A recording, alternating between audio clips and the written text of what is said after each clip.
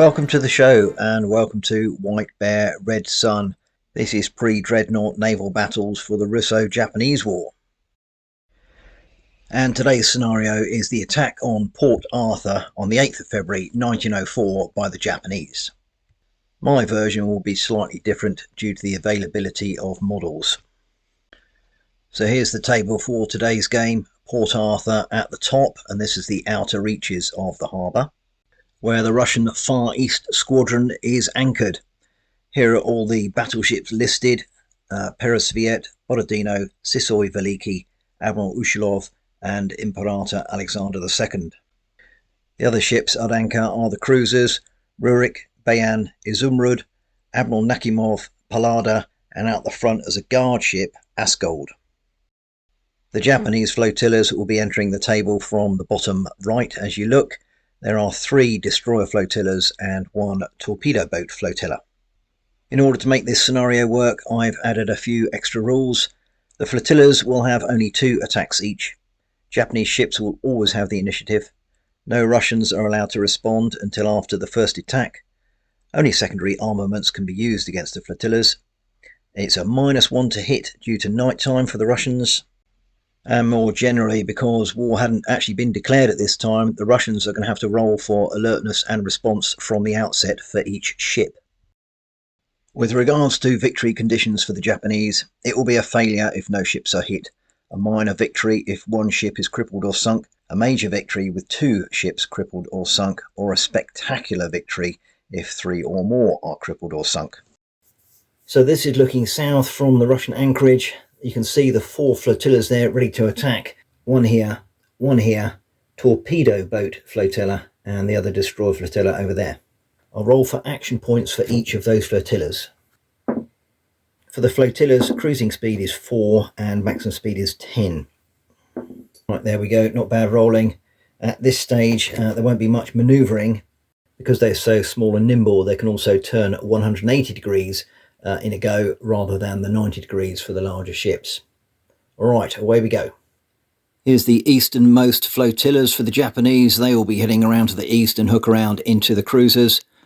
Whereas these chaps here, the torpedo boats led by the destroyers, are going to loop around to the west and try and hit the battleships. So it's full speed ahead, max speed, 1 action point, no turning. Away they go. And same with the torpedo boats, following straight behind. And the eastern flotilla is doing exactly the same. Well, there we go, end of turn. So we'll move again with the flotillas. Front 1 for torpedo boats, 6. Let's move them first. A funny old thing, they'll continue at maximum speed, no turning at the moment, they're on course. And over on the east, 1, okay, they can just go max speed, and 4, they're okay. But nothing dramatic happening at the moment. Right, that is end of turn.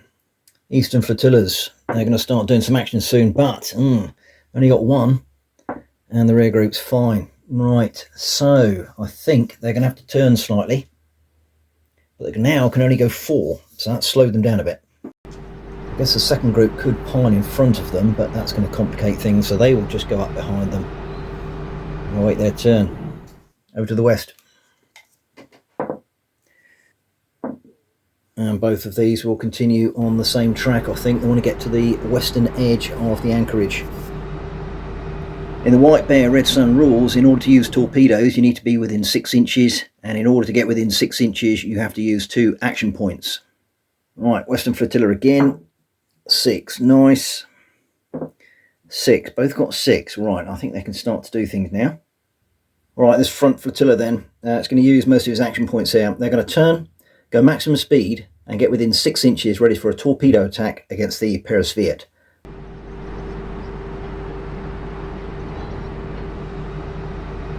There they are, homing in for the attack. Firing arcs for the destroyers using torpedoes is 360. I'm going to worry about any arcs or anything like that. So this flotilla operates as a group. And the torpedo boat flotilla will do a similar thing. They will turn, go max speed, and get within 6 inches of the Sysoy Veliki, which is obsolete. They may have a better chance of sinking her, or at least crippling her. Now over to the east. Right, flotilla at the front, just the one again. They're having trouble. and the rear guys get 2. So they will just go max speed, and the other flotilla will turn and follow. Right, now we have our first torpedo attacks. The Peresviet is going to get some. Torpedoes aren't particularly brilliant, so they only have an attack factor of 2, whilst the defence factor for the Peresviet is 5. There we go. So that's no effect. That's one of their 2 attempts already gone. Torpedo boats against the Sisoi Veliki. 2-5. 6-7. Oh, not quite. Unlucky. Right, so both of those have had 1 of their 2 attempts. Back to the eastern flotillas, they need to get in on the act now. Front flotilla gets 4 action points and the rear 6, so plenty of action points there. They will turn and move in to attack the Admiral Nakhimov. And the other flotilla will also turn to their port side and move in to attack the Pallada. On the west, 2 and 6. Okay, right, what to do here? So I have to continually pay 2 action points to remain within 6 inches. So all they can do is just shrug up a little bit there, but they will attack the Borodino again. And I think I will do the same here. They'll stay in the vicinity of the Sisoi Veliki and they will attack again. Back over to the east though. Right, these cruisers are not quite as good as the battleships. Defensive factor of 4, attack factor 2. So it is 8-6. So attacker's total is greater than the target's 1 level of damage. However, if a torpedo attack causes at least 1 level of damage, which this has, the target is automatically crippled. Oh dear, bad news for the Admiral Nakhimov. And this attack here on the Pallada, which is a protected cruiser, only 3, so it's 2-3. Which is 5-4. And the Pallada is crippled. Bang. Right, the Western flotillas, it's 2-5. That's a hopeless miss, and they have finished their attack now. They haven't got any other torpedoes left, and the same here with the torpedo boats. 2-5 is not good enough. 8-10, no. So the Western flotillas have failed in their attack. They will have to withdraw. Right, action points. 3, 1. Oh dear. So they're going to have to move away because they can't stay within 6 inches. So they're going to have to turn and come over here. So there they are, they've scuttled away, they've launched 1 attack, done well, but they've lost their bottle for the moment. This other flotilla will turn slightly and stay within the vicinity of Admiral Nakhimov, and they're going to attack again, see if they can sink him. And over here on the west, 1 there, they've just got to get out of the way, and 4 there. Right, so 1, they turn and just steam away, that is them done. And the near group will also turn and steam away at max speed. The Russian fleet can start to react now. Unfortunately, the Pallada and the Admiral Nakhimov are crippled, so they can't fire, but the others can whenever the flotillas are within 6 inches. So first of all, the Askold. Yes, I need a 5 and 6 on the rolls. The Imperator Alexander II. No, they're still having their vodka. Izumrud. No. Bayan. Yes. And at the back there is Rurik. No. The other ship by the flotilla here is a cargo ship. And over on the other side, let's see if the battleships are waking up. Admiral Ushilov. No. Sisoi Veliki. No. Response is rubbish. Borodino. They've had attacks against them, but they're not necessarily very good with their crews. He's awake and alert. But the Japanese have gone. And finally the Peresviet at the rear. No. So the Russian response there, not brilliant. In order to fire at torpedo boats and destroyers, you've got to be within 6 inches of your secondary armament, and I'm afraid the Bayan is just outside. So we're back to a torpedo attack by this flotilla against the Admiral Nakhimov. -2 to defence factor. So this is 2-2. 8-5. And that is the Admiral Nakhimov sunk. Wow. Boom. And they've done their job. End of turn. The torpedo boat flotilla in the foreground here is making their way out of the outer reaches of the harbour, followed by the destroyers to their rear. So I won't bother playing them again, they're out of range and they're long gone. And for the other flotillas, these chaps need to skedaddle. They get 3 action points, and this lot need to get in for their final attack. They can not do that this turn though. So first of all, this lot can turn around and just go max chat out the way. They've gone. This lot can about turn, and they've got to stay 6 inches away, so they'll loop around the back there. Let's see if the Russians have woken up anymore. Imperator Alexander II. No. Izumrud. Yes. And at the rear, Rurik.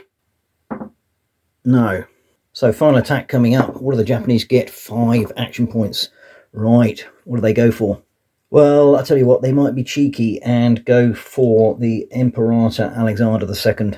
So 1 to turn, max speed and get within 6 inches. It's risky, but why not? Alright, before torpedo attack, it is gunnery, and I am going to allow the Izumrud to fire between the gap here. It's an attack factor of 2 against the defensive factor of 2 for the destroyers. 2-2. But I'm afraid that's no good. And we're straight into a torpedo attack against the Imperator Alexander. So 2-5 because she's a battleship. And that's no effect. End of turn. Action points for the flotilla, just 1. Oh, that's interesting. They cannot go full speed, so I think they've got to turn. And they can only go 4. So if old matey wakes up, or responds, of course they're awake because they've just been attacked, then they can get a shot off at these as they depart. But they don't. The crew of the Imperator Alexander II are quite happy to continue drinking their vodka and chomping on their cabbage. The Japanese flotilla escapes. Well, there we have it, short and sweet. The Japanese have done a number on the Russians anchored just outside Port Arthur. They have sunk the Admiral Nakhimov and they've crippled the Pallada. Not unlike history, actually, but there we go, that's another story. So, well done the Japanese, unlucky the Russians. I'm sure they'll be getting their revenge at another time.